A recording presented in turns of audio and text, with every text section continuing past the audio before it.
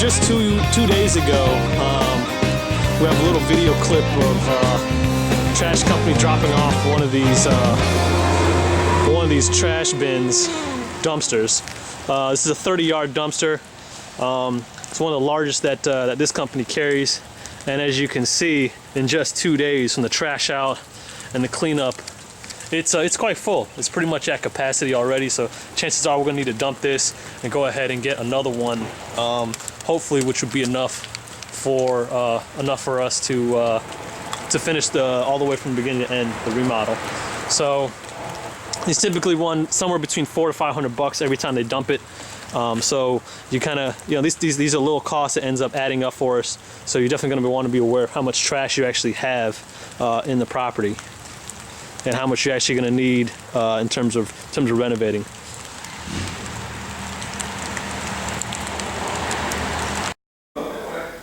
Alright guys, so one of the things I want to talk to you about today, we are inside the full bath, the upper level full bath, which has been totally gutted. The importance of having a budget for the unexpected when you're doing these flips and these renovations. So we opened up the wall, which originally had tile all the way up to the wall, so that's why you see this chunk of the wall missing. What we have here is a vent pipe which goes all the way up through the house and goes all the way down to the sewer. So basically it allows air to come through. Okay, so it doesn't mean that water actually comes through this pipe, it's really just for air. Okay, but with that, after we expose the wall, we see here that we have a crack, not only in one place but two places. So we have one here, and then we have one right over here. This never would have been found had we not opened up the walls. Sometimes when you open up walls, it ends up costing you a little bit more money, but it's something that needs to be done. So unfortunate, it's an unexpected repair that we're going to have to make that we certainly did not budget for. Not a huge expense, but it's still going to cost us a few $100s to get this done. So again, the importance of having a budget to with the unexpected. Because anytime you open up walls, anytime you're doing renovations and you're pulling things out, things are going to pop up that you just don't expect, and you want to be prepared for them, which we are in this case, and to hopefully, knock on wood, it'll be one of the few small things that we come across, and we don't come across anything major. All right, so that's your tip from us, and I'll give you a quick shot of the rest of the bathroom so y'all can see what we're working with. Everything's exposed here. The toilet would go there. Your baseboards are still there, and we have the tub, which we pulled, drain pipe, shower head, plumbing fixtures here, heating vent, and then a window. So, all right, guys, we'll see y'all next time. Alright everybody, so we have moved over to the kitchen, which as you can see has been gutted. You can kind of see the outline with the paint of where the older cabinets used to be. There's the old microwave there. You can see the oven, gas oven there, and then the old sink as well. So it's going to look totally different by the time we are done here. New cabinets, new countertops, new flooring. See, here's the backer board for the tile, new tile. Swing it around this way. Baseboard heat's being worked on right now as well. And we are considering removing this wall, which actually opens up to the dining room, to give it a little bit more of an open floor plan, which is really in these days, and we want to try to make it a little bit more modernized. This home was built in the 70s, trying to bring it back into the 21st century.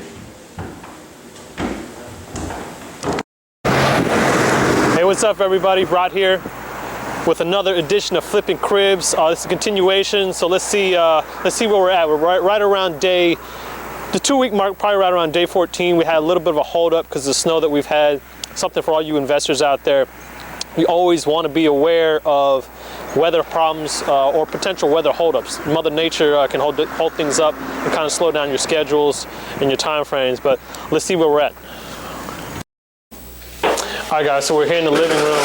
As you can see, you pan around, the kitchen cabinets just came in, so that's probably going to be going up next week. If you look at the walls, one layer of primer has already been put down.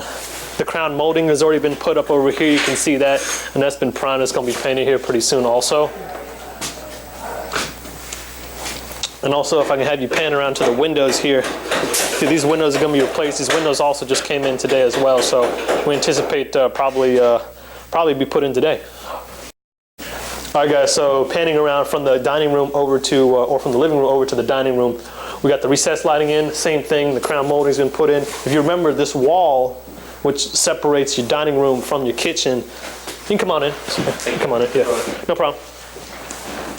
Got some guys working here too, and you'll see here that part of the wall has been taken down to open it up to make it more of a better floor plan. All right, so we're here in the kitchen, and see if you guys are visionaries. So envision this: so refrigerator, cabinets here all the way up to the ceiling, oven.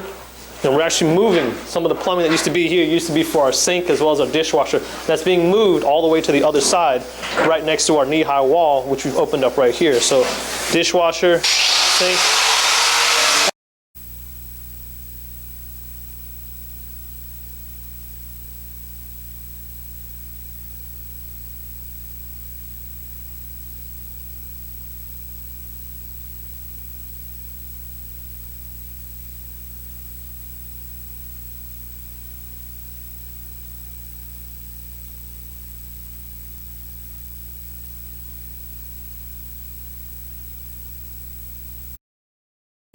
All right, guys, so if you look down here, you see they got some sheets down here. We have our tile, it's already down, our 12 by 12 tile. And then the wall tile here, the shower tile. It's pretty much, the key thing is you want to keep it consistent throughout the house. You don't really want to divvy it up too much and make it too exclusive per bathroom or per kitchen. So it's pretty much the same tile, consistent all the way throughout the house. So new tub is in, tiles up. Next will be the toilet and vanity. Typically you want to save those for last. One layer of primer on the wall. Then we're going to do it one more time once we get some sanding and scuffing down. But you can see it's kind of dusty in here, but not bad considering we're here on day 14. I think we're right on track even with the snow hiccup. Stay tuned and keep following us as we move on to the next phase of this. Hopefully we'll get this done within the next month. We'll get it listed and get it sold. You guys have the dream, we have the address. We'll see you next time. Here's a look at one of the rooms that we've also had to gut. Originally we had wood paneling up, which is not a good look, especially these days when we are going towards more modernized looks. Definitely, if you have the ability to take wood paneling down, you're going to want to do so and replace that with sheetrock or drywall. And we're here in the basement, so that's why you see the cinder block foundation. One of the things that we're going to have to address is, as we look a little bit closer, you can kind of see that there's a little bit of staining here along the corner of the wall. We're going to find out, make sure that is dry and that is not still an active, any sort of active water coming through. In this room here, which ideally is going to eventually become a bedroom, we also have the main water shut off going into the house. Main water shut off, as well as the front hose spigot.